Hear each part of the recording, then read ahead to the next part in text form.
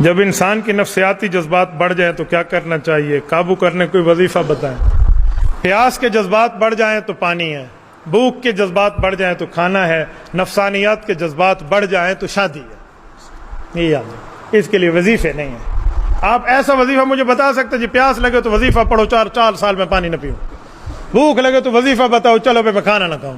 اور خدا کے بندے جب سیکچول پاور آپ کو تنگ کر رہی ہے تو اس کے ڈیزالونگ کا طریقہ میرج ہے، شادی ہے۔ کب تک آپ تصائے مولوی والے وظیفے آندے ناڑے بدھے رہو سو؟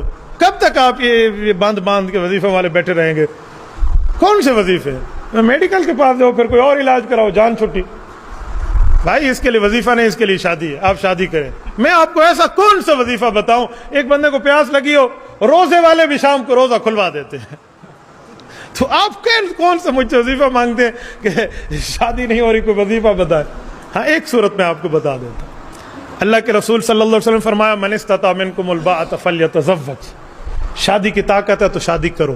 طاقت کسے کہتے ہیں؟ بیوی کو خرچ دے سکو اور اس سے کے اوپر ظلم نہ کرو، ٹھیک ہے، یہ کر لو۔ اگر نہیں ہے تو پھر تم روزہ رکھو، فعلیہ بالصوم فإنہ لو وجاء، مسلسل روزے رکھو، آپ کی شہوت ٹوٹ جائے گی۔ یہ ہے 5-6 دن 7 دن 8-10 دن کا روزہ نہیں کہہ رہا، مسلسل روزے کہہ رہا ہوں۔ کم از کم 1 مہینہ تو رکھنا پڑے گا، پھر دوسرا تیسرا مہینہ یوں چلنا پڑے گا۔ آپ کہتے ہیں نہ ہنگ لگے نہ پھٹکڑی اور رنگ بھی چوکھا آئے، تو ایسے چوکھا نہیں آتا، آپ کو شادی فرما لینی چاہیے۔ اور اگر آپ کی ایک شادی کر لینے کے بعد حقوق کی ادائیگی کے بعد بھی آپ کا کنٹرول نہیں ہو رہا، آپ دوسری شادی فرما لیں۔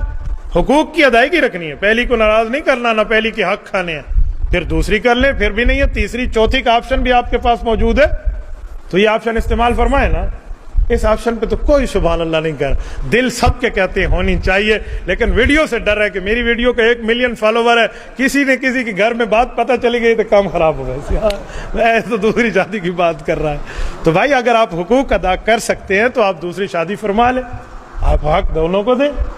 ایسا نہ ہو کہ پہلی بیوی گھر میں رو رہی ہو اور حضرت صاحب دوسری کے پاس وہ موجود ہوں، یوں نہیں ہے۔